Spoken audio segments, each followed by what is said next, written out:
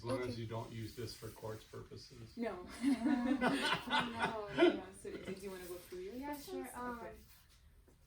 Okay, so I guess my first question is, why do you think paramedic bags have not been standardized across the board? Yeah. I don't think. Or across on, so you might want to move that. Yeah, or I'm not sure somewhere if it's like we can the hear? sound. Yeah, let's just. Yeah, it else. doesn't. You're recording for voice more than Yeah, Oh, yeah, that's exactly, true, yeah. Right. That's we're gonna go. Yeah, so just maybe put it, Okay, whatever. you're so filming my belly. It's Put it so on confusing. audio, put the Okay, mic just down. go on, and I'll hold it for now. Okay, guys. Yeah, it's okay. Yes, what do you think? Not standardized across Ontario. Yeah. So Ontario has a system that works with multiple stakeholders, right? In British Columbia, it's one ambulance service for the province. So that's a very different system. So the city of Toronto has specific purchasing policies and procedures, and right, and the county of Durham has different, or the region of Durham has different acquiring stuff, right? So I think it leaves the services to decide what suits their needs better, right? Because the needs of the city of Toronto are different than the needs of a paramedic that works in a rural area, right? The equipment standard, that's dictated by the Ministry of Health, right? So the equipment standard will say what you need to have, and it doesn't go into details on how you need to carry it, right? So as long as the equipment that is listed in the equipment standard is available, then that's the standard. The bags haven't changed in Toronto for a long time. I don't know if it was your group that asked that question, but it feels familiar. Someone has asked that question. Maybe. Because the oxygen tank. So the bags that we have currently are how the oxygen tank is secured, right? So it's inside the bag, and that protects the regulator and the stem that comes out of the oxygen tank. So the yoke, so it protects the tank. And so we just got that power stretcher that I showed you guys last time. We got that a couple of years ago. So now we can add weight to the stretcher because paramedics don't need to lift it to bring it into an ambulance. Just like these ones, you had to lift the stretcher. Yeah. Now it's or hydraulic, right? So I can add weight to it. So we just finished designing a holder for the oxygen tank. Just finished. It took 3 years from an idea on a napkin between a paramedic on the equipment committee and a company called Rowland, Rowland. They're in Mississauga. So they first 3D printed oxygen tank holder, and then we prototyped it, and now it's on 2 or 3 ambulances getting tested. If that works, then that means we can take the tank out of the bags, right? Put it somewhere else, and we can finally acquire new bags that don't need to carry the oxygen tank, right? Because we can't acquire 200-300 bags and then in 3 months say these bags are useless because there's a place for the oxygen tank and we don't need it anymore. So that's That makes sense. I guess for my concept, or for one of the concepts, I was basing it off of Mark's survey. So he was kind of just targeting the existing bag and the pockets that exist and trying to Mark, yeah. trying to standardize the items in there. For sure. Do you think maybe that's actually maybe that's a question we should ask in class first. Okay. No problem. I was happy to answer this one. Okay. So why do you think that Mark's survey didn't get any feedback? That's a good question. We have difficulty getting feedback, whether it's Mark's survey or the survey we have currently for the oxygen tank carrier thing. I think technology use is one problem. So is the survey available on your iPhone? Is it available on the computer inside the ambulance, or is it just available online on visiting a website, right? Which some people just don't want to use the data on their phone to go fill it out. And then paramedics are often not in station in Toronto. The reality of a lot of paramedics is that they start their shift at 7 o'clock and they grab their truck. It's 7:02. They get a call right away. You know, it's not like on TV where they have time to make breakfast, have coffee together, and have a few laughs, and then a dead baby happens. That's not reality. They do get some station time, but it's pretty rare, and it's, you know. So filling out a survey, I think oftentimes it falls sort of in the "that's not my problem" category, right? And I don't have time for it. Yeah. Right. So it's really hard. Like for me, I collect surveys just like in your program. I'm sure you have to answer questions at the end of a semester, and you're like, oh yes, I enjoyed this, or blah blah blah. So we run a program here, small. You know, I have 12 students per cohort, so it's a small group of people. I can't get 100% feedback, and I pay them $42 an hour. Right, not me, but the city pays them. Right. They're getting paid $40 an hour, and they can't take the time to fill out a feedback. It drives me nuts, but I understand why. Like there's other pressures. So I think that's what happened to Mark's survey. Is just people just it's not my problem. Excuse me, they are paramedic students or they have a specialized major? So the paramedics that I take care of, they're both. They're City of Toronto employees who are going through the Advanced Life Support Program as paramedic students. So if they fail, they can fall back to their job as a primary care paramedic, no problem. But our goal is to pass everybody and make sure everybody's safe and successful. Sometimes we just take longer with some students. I guess sorry, do you want to You have a question? Yeah. Sorry, I want to add something to the survey. Is it like submitted anonymously, or do they have to say their names? Super good question. It is anonymous, and I'm not sure how Mark put out his survey. I think it was just a piece of paper. Hey, fill this out and give it back to me. Right? The surveys that I do with my students, it's done through a learning management system. It's anonymous, but still people don't. The surveys we get back is from like the angry student who has like, Martin was mean to us. Okay, that's super useful, thanks. They're anonymous. I guess we were trying to ask about the engagement of surveys because we were wondering if we could make surveys and get it out, and if you have recommendations on how. Yeah, it depends what your N is, right? How many numbers do you want back, right? So if you want to make a survey, I can for sure ask colleagues and friends that I know will fill it out.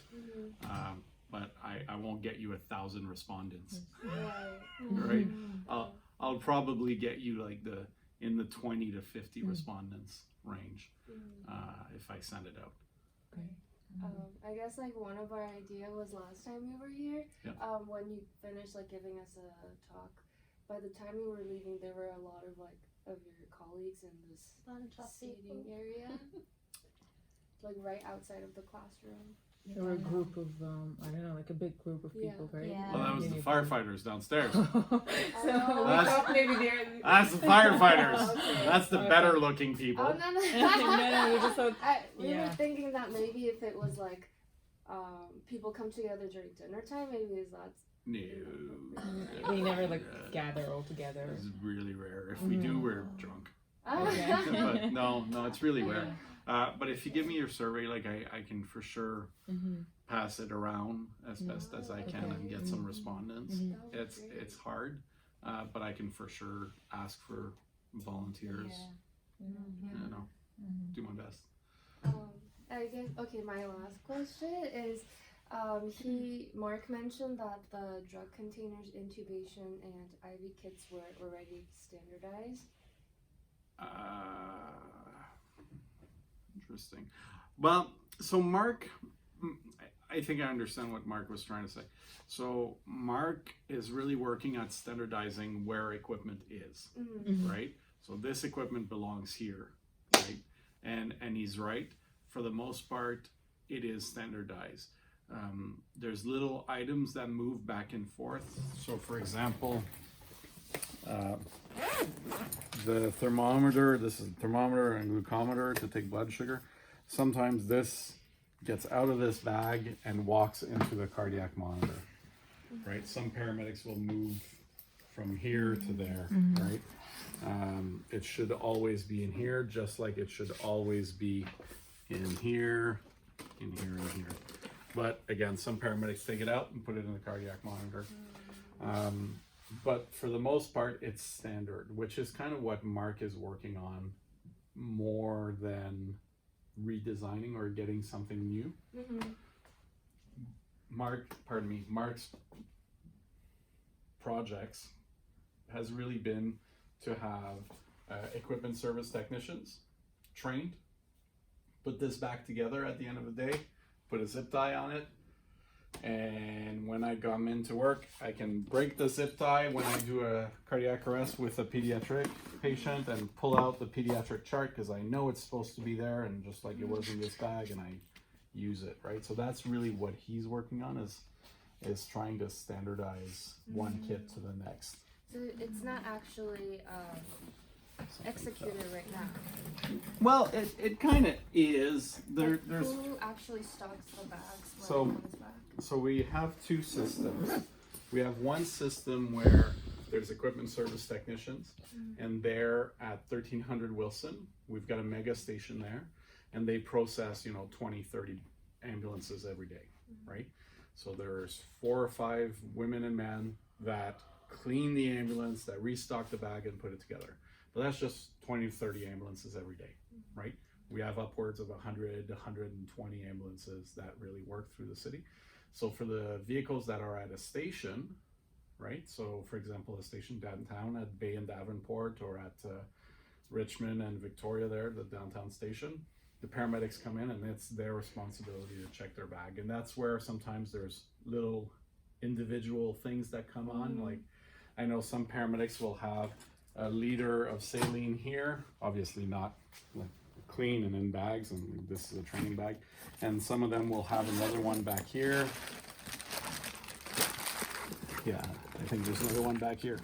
I never would I carry 2 liters of saline in the bag because that's extra weight, right?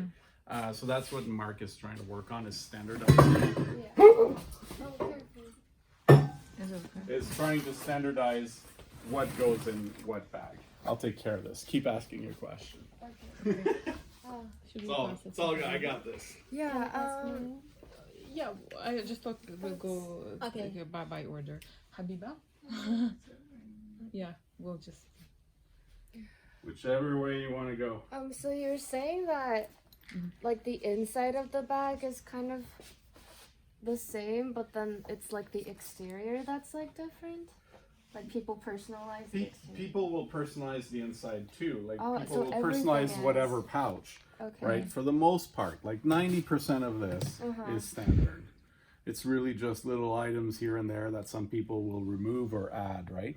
So some people find on the ALS ambulance, right? The ambulance that has advanced life support, you have to carry these 2 bags, right?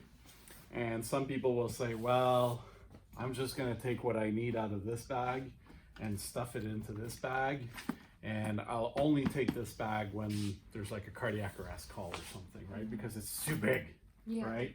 And there's something missing here actually.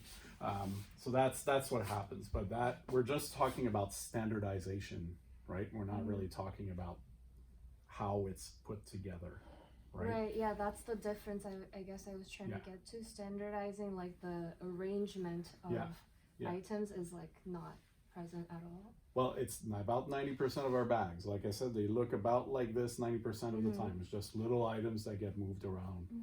Okay. That's all it is. Let me get what's missing for this one. I just know this. Sorry, that's training bag. Do you want to cut the picture and record it and we upload it? Do you want to like pause and then how do you do this? Like, do you pause? Just keep going. Okay. Yeah. Oh, sorry. this- So there is another. This technically goes in here, Okay. and then you put all your weight on it, and you try to Close it. It's not easy to Happy change with it. Yeah. It's hard. You won't be able to. Okay. Okay, let's do alcohol. Okay. I'm listening. Go on. Okay, so I wanted to ask, how do you carry your bag? Like, Well, yeah. well, how do I carry my bag is on my shoulders. No, I Right. mean, how do you bend your bag and then pick it up? I see. Okay. In my vehicle, there's a drawer at the back Okay. because I drive like a SUV, right? Yeah. I drive a Tahoe. So the drawer at the back opens up, and then it's pretty much, the drawer is pretty much at this height. It's a little higher actually, and I just kind of Okay. put it on. I don't bend down and pick it up. Yeah, but It's pretty much at the same height as my shoulder, or maybe right, and then I put it on. But the majority of paramedics, they carry their bags on their stretcher, right? So they don't necessarily carry it on their shoulder. They usually carry it on their stretcher, and if the stretcher doesn't fit in the house or apartment they're going into, then they'll just, right, one in each end. Finally. Yeah, it's rare. Usually it's just like suitcases. But how do you But then- determine if the stretcher can go in the house or not before you go in? You don't. You just know when you go in. And you go, yeah, doesn't fit. And then you take the bags and you keep going. Just like, I don't know, if you live in an apartment downtown, Yeah. right? Or a condo building, try to look at your elevators tonight and see if it fits a stretcher. Mm. Right? And there's a number of apartment buildings downtown that won't be able to fit, you know. so That's a large elevator, Yeah. right? Whichever way, length or, right? It's a large elevator. So if the elevator doesn't fit, then we just carry them and we can bring a chair upstairs to carry people. So in the scene itself, do you usually put the bag on the floor or in empty space? Usually, yeah. Yeah, but Yeah. then how do you carry it? How do you clean it? You carry it Oh, how do you carry it after? from the floor to the bag. I think there's a bunch of handles on them. I mean, Right. is it an issue? I don't think so. Is this- No, I don't think it's an issue. It could be more ergonomic, especially the first response bag, because there's a lot more weight. Because everything that's in these two bags is condensed into one there, so there could be a better way to lift it. But I grab the shoulder and I put it on. But I don't find it a problem. But it's certainly it's a lot of weight, and it's a lot. You know, there's some ideas of putting wheels on it to be like a suitcase, right? Like a carry-on size almost suitcase. But Because I was thinking we could design like a mechanism that pops up the bag to do you think it's a good idea or it's not? that's an idea. I think it would add weight to the bag. I was trying to figure out a mechanism that won't add weight. Yeah, that would be Will it save time, will it save energy, or it doesn't matter much? I don't think it matters much. Okay. I don't think it matters much. I think it'll cost a lot of weight. Okay. I think it would be difficult to, like, I go hiking a lot and I've got holes in my toothbrush so that the toothbrush doesn't weigh more, Oh my god. right? So like every little bit of weight counts. And I think if you add something, even it's made, let's like it's all carbon fiber and very high tech, you're still adding a few grams here or there, right? So I would say no. And I would say it doesn't matter too much. If you can make a mechanism that you don't have to carry the bag, at all. Like I said, like a suitcase or some wheels that retract that are durable, because that's the biggest problem really, is it durable? Is it simple enough that if you get bed bugs all over it, you can wash it, cleanse it, and it can be used more, right? Bed bugs is easy because you just put it in a super hot laundry, like these bags will go and get washed and done deal, right? So the more complex you make the mechanism, whether it's wheels or a little trolley or something, the more complex you make it, you have to think about how is it going to be washed if it gets covered in blood, if it gets covered in dust, if it gets covered in any other fluid you can think of, it will happen. Like we had the equipment on that call, I'm pretty sure got garbaged, was a tractor trailer on the 401 that was carrying tar, right? Like to make roof, to tar a roof. And it rolled over and the patient was covered in tar. He had 3rd-degree burns all over his body. But all the equipment, the boots, everything had tar on it. I mean, at the hospital, it's a good thing I was wearing nice underwear that day, because I was walking the hospital with my underwear on trying to find pants, right? Because everything was covered in tar. So that's a bit of an extreme, because those bags went in the garbage, I'm pretty sure. But you have to think, whatever you use around the bag has to be easily washed, easily replaceable, and durable, right? It really has to be durable. More questions? No, right? Is it? Go on. My questions are fantastic. Are fantastic. She set the bar really high. They're fantastic. Have you ever imagined some fantasy function for helping you, no matter it is not real or physical? What was that? Have I ever fantasized about my work? That's the question. That's interesting choice of words. Yes, for sure. What was that? So she was asking about a mechanism about lifting the bags. Have you ever watched Back to the Future and the surfboards that levitate? Yes. Right? Yeah. Right? The hoverboard? Yeah, if you can make hoverboards for the bags and for the patient. So that would be a fantasy, right? Or like we have a chair that carries people. It's in the other lab. I showed you last time by the ambulance, that chair that folds up. Same thing. If that chair would be levitating, that would be a good fantasy. But to bring it back to more real, I'll come back to the amount of garbage that we generate. I would really like it if one day we could decrease that amount of garbage, right?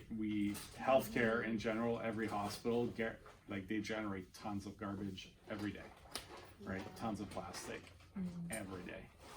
So if we could find a way to minimize that, would be a more achievable fantasy. Thank you. Have you ever imagined for having a prompt access to one of your equipments or devices through your bag sooner than this? So accessing my equipment through my, One of your devices or equipments. yeah, and I'm having difficulty accessing them. Yeah, you wanted it sooner. Yeah. What was that? Where is located of that? It's a good question, because it's very different from this bag to this For bag. example, this bag or Whichever. Yeah, so like, let's say the this. most important one. This is for me because I work on this, right? Okay. I work on this response bag. Mm-hmm. So you need a new screen for your phone. Oh, yes. So for this one, I have to open it up, right? Okay. Right? I have to open it up, and then it does exactly that, and then I kind Take of, your time. I have to be like, oh, okay, I want my intubation kit, right? And then I take this out and I open it, right? But then I need to leave because the patient got better. And it's a mess, right? I call it a garage sale. It looks like everything's everywhere. So that's what I find difficult sometimes is this is just a big hole, right? There's these bags, all these items are just kind of there, right? Like there's a little bit of Velcro that keeps it, but there's really no. I mean the most important ones that it's common to use to have access. To have access. Sooner, yeah. You wanna get in that. You want to always have it, maybe, or Yeah. maybe Yeah, you I always think have clothes. access. It's a tough question about the most common Use one because they're excuses. really that's the beauty part about my business is there's nothing common, right? Like I'll be working tomorrow and you know it might be I'll just go see some of my employees, everything's okay, and just do some paperwork, or I might end up in the subway with a subway crash, and you know, Yeah. so nothing's really common. So every time it's unique. Every time is very unique, so you kind of Okay. have having what Mark is working on when in standardizing the bag and making sure everything's in the same place all the time is really helpful for that. To carry on me, I'm fat, so and I have to sit in a car all day long. So the more stuff I add over here, the more annoying it is to drive and have a comfortable position. Let's see who's there.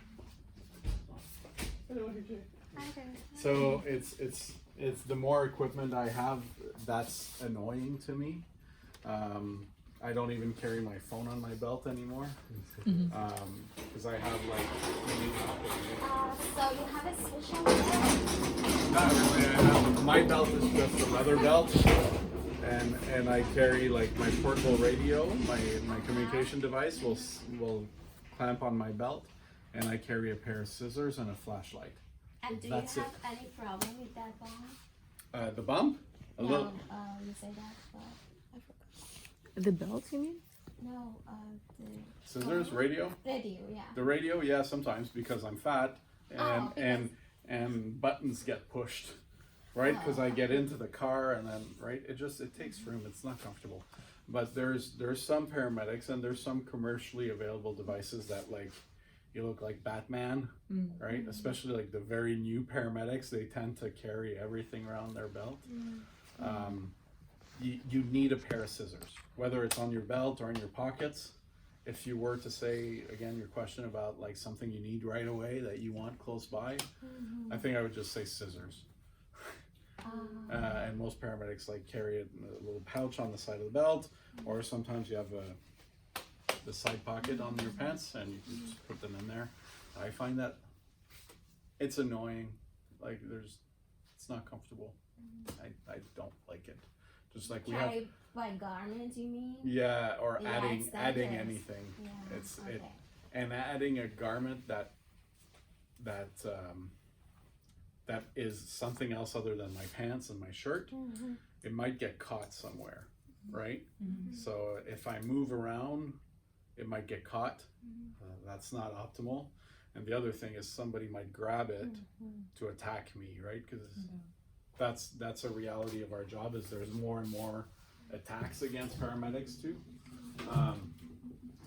It's weird, but people like totally go after paramedics. I hear a story every week of somewhere in Canada or in North America or in the UK. They've got it a lot. It's a big problem in the UK right now.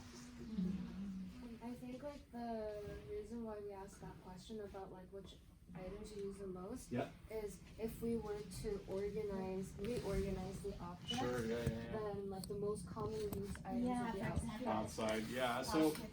So what we have outside now is so on the response bag, like on this bag, we have a thermometer, we have some aspirin because there's a lot of people. And this is Kaylee's bag. This is how she set it up. I have my glucometer here. I can almost guarantee. What about blood pressure cuff? Blood pressure cuff. So Is it blood pressure so cuff is important? always in here because it's the monitor gives you your blood pressure cuff. So see, Kaylee has her blood pressure cuff in here. So blood pressure cuff is usually in the monitor. I think it's so important, Yeah, it's not bad. I mean, it's important. You should have it. The monitor can do your blood pressure for you, right? I'm just trying to find her glucometer. I can't find it. But usually, like sort of glucometer, blood pressure. Because whenever Thermometer.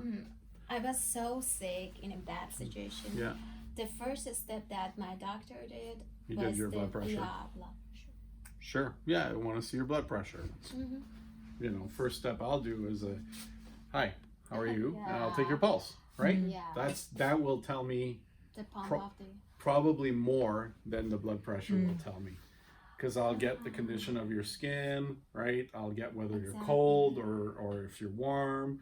I'll get your skin turgor, so whether you're dehydrated, and I'll get your pulse rate, and I'll also feel if it's strong or if it's weak, right? Which gives me a hint of your blood pressure, right? So if I can't feel your pulse, your blood pressure must be really low. Yeah. Let's lay you down, right? Okay. So that's kind of Okay, yeah. And the last question,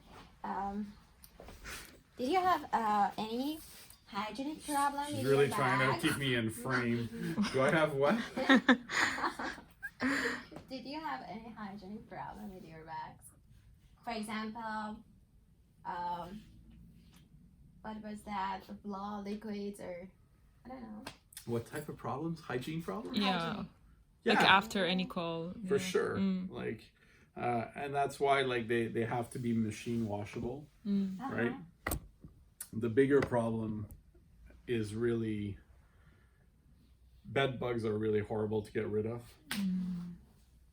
and bed bugs really like hiding in little spaces like this, Think about that. right? And we go into houses that have bed bugs, right? Like it's or cockroaches or whatever else. We live in an urban area and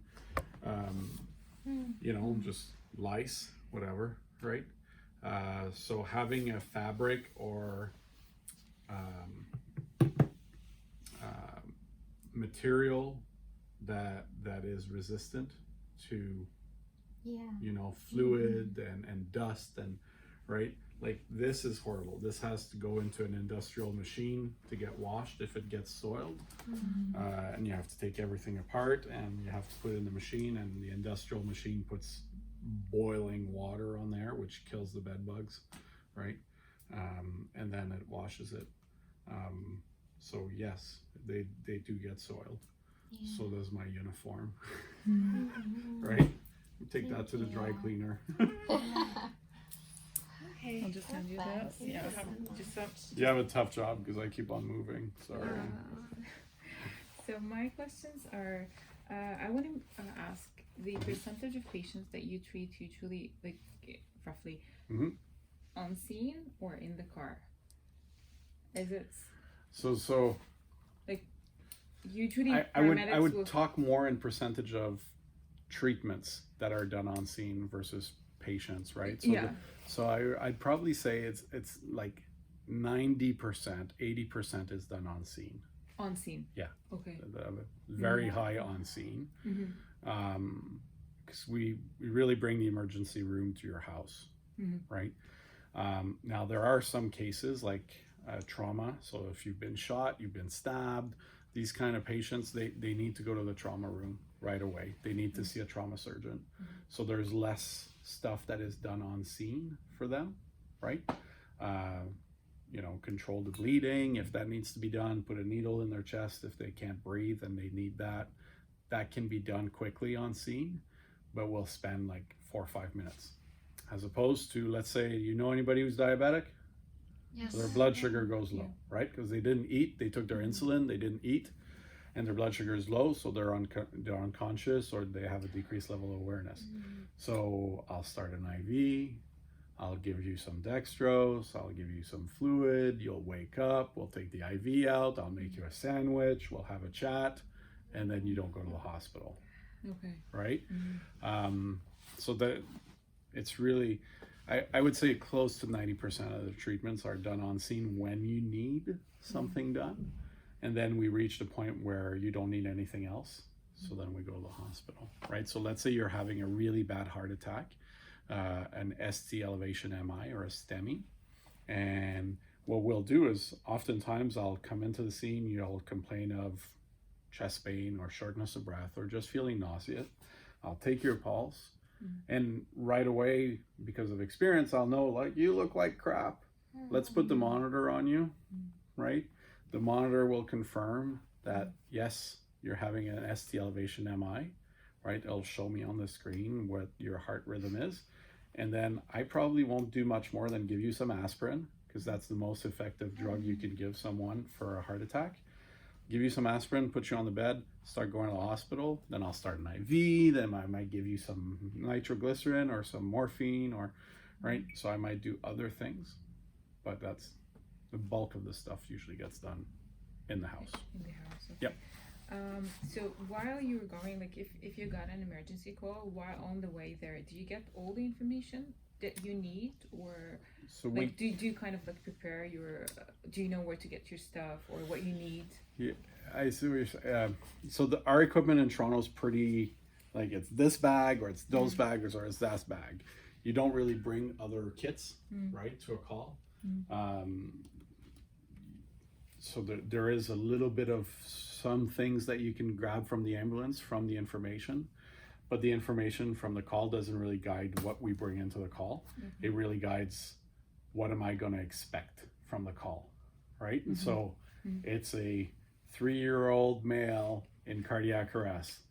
All right, I got to get ready for something I don't do very often, and I look up my notes and whatever. That's what the information gives us. But also the information is, somebody on a phone telling somebody on a phone telling me on a radio, right? So sometimes the information gets distorted through no fault of anybody playing the telephone game, but so it's not always super accurate. And sometimes people just call 911, they say, I want an ambulance. And then you don't have any information. And they hang up, right? So. Yeah. So, from your experience, would you think that some stuff of this, like the least used, or I don't know, can be stored in the car, or you prefer to have all your equipments around you and then you choose whatever you want? I prefer to have it all with me. And part of that is mandated by the ministry as well, right? And some services mandate certain equipment that must be going into all calls. That's different, service to service. I find it difficult because I've been burned in the past.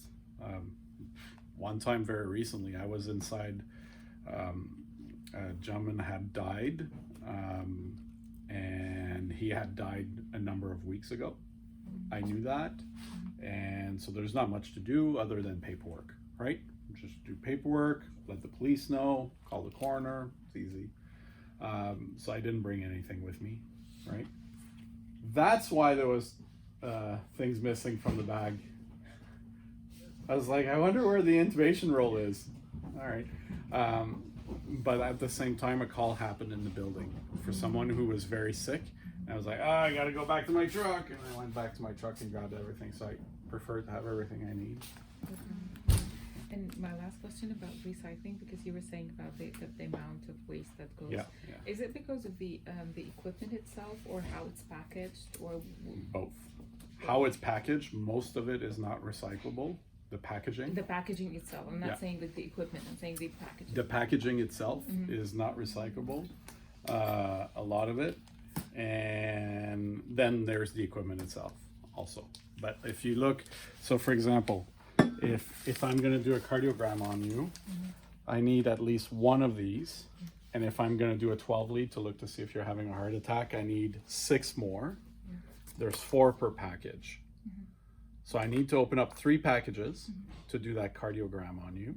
And this is not recyclable at all, right? So this is paper and aluminum and plastic, right? So it just goes in landfill. And all equipment's coming from different sources, right? It's not like one manufacturer. No. Yeah. Okay. Many. Yeah. Can I Do you just need ask me to do anything this weekend, or? He's had a long day, let me ask him. Yeah, no, it's all good. I just recommend don't get a full-time job where they tell you you're done at 4, but then it's really 6 p.m. when you're Okay. Make sure you put in for your loot time. Yeah. I would Have a good weekend, AJ. just do you want to ask about the technology like that they use, because I've seen some experimentation with drones and technology. Yeah, the one really cool recently in Renfrew, actually. Yeah. What's your opinion? This reflecting on your experience. Reflecting on my experience, Yeah, how you work, how like what's happened. the technology doesn't change it. Okay. It's Gucci, it's sexy, but it doesn't change the quality of care, right? Like, right now they're talking about using drones to deliver AEDs in Peel. That's cool for a rural area. It might get an AED sooner to someone, right? They used a drone in Ranfru recently to help in the search and rescue of a dad and his son, or I forget. I saw the article today actually. So it's cool, but I don't know if, you know, the technology of the power stretcher and the power load to load the patient in and out of the ambulance, that was a game changer, right? If you're able to develop a hoverboard system for the bags, that would be a game changer. But as far as patient care itself, I think a lot of the technology pieces that are game changers are how they're going to affect the paramedics' day-to-day life, right? So something to lift the patient in and out of the ambulance, that's every day, multiple times a day, game changer piece of technology. If there's technology that would make the bags or the monitor lighter, I mean, just this weighs about 25, 30 pounds by itself, right? So again, that might change the industry, but I can't think of anything right now. I mean, there's Gucci equipment like ultrasound, point of care ultrasound that you can do from your iPhone, right? I'm still struggling to find the use to that piece of in our setting, right? There's certainly uses of point of care ultrasound, but in our setting, especially in an urban area, I struggle to say yes, but that's just my personal opinions. Okay, yeah, but that's very insightful. Yeah, that is actually makes sense. Yeah. Yeah. Yeah, it was Yeah. very good. Yeah. The most important question. So who are the stakeholders for implementing like a new device or equipment? Okay, that's a good question. So we've got an equipment committee. So I sit on the equipment committee as the education rep, right? So my role on the equipment committee is not to say this is good, this is bad, my role is more like, well, this will require 2 hours of training. This will require 30 minutes of training. This will require no training, right? We'll put out a memo, right? Because if we bring in a piece of equipment that requires training, that costs money, right? Because every time you take somebody out of operations or the car count for an hour or 2 hours, the stretcher was an hour and a half of training that we had to do for, 1,200 people. That's a lot to get through in a year. So I sit on the equipment committee. There's representatives from the union, from the ALS, from the BLS, and from the response side of things. So they've got a really heavy presence on the equipment committee, rightfully so. They're the end user, right? And a lot of the ideas and the new products we look at come from these people.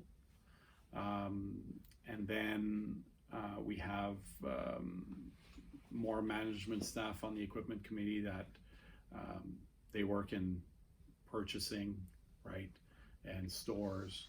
So they look after that part and how a contract would have to be put out. Because a lot of this, you're talking 200 plus ambulances. So the purchase, even if it's a small purchase like this piece of equipment here, it's called a bougie. It's just a small little thing. The bougie is a small little tube, right? So it's whatever, $10-$15, right? For the bougie. But I have to buy 200 of those just to stock once, and they're disposable. So I need to do a purchase of 1,000, right, to get me through a year. Just doing that, at $15 a pop times 1,000, that's $15,000. So you need to make proper purchasing contracts with the city, and the city has very good purchasing structure. It could always be improved, but it's robust in a sense that I can't just go to my friend and be like, hey, I'm gonna buy your product. Take me to your cottage this summer, right? So the purchasing policies and procedures are really important to make sure that we spend. I'm a tax dollar. I pay taxes in the city of Toronto, right? So I want my tax dollars to be spent wisely. So that's also on the equipment committee. But a lot of the changes in the equipment, for example, that little yellow thing there, that's a CO detector. That was done by the equipment committee. They researched CO detectors. They proposed CO detectors, and that was the product that we ended up purchasing. That's something that recently, and the oxygen tank carrier, same thing. That came out of the equipment committee. Excuse me, I didn't understand. What is the function of that? So this is like a nose for carbon monoxide. So it just sniffs out carbon monoxide, and if there's carbon monoxide in the air, it starts beeping. Because You want to know exactly who? because Let me go get exactly who. I'll be right back.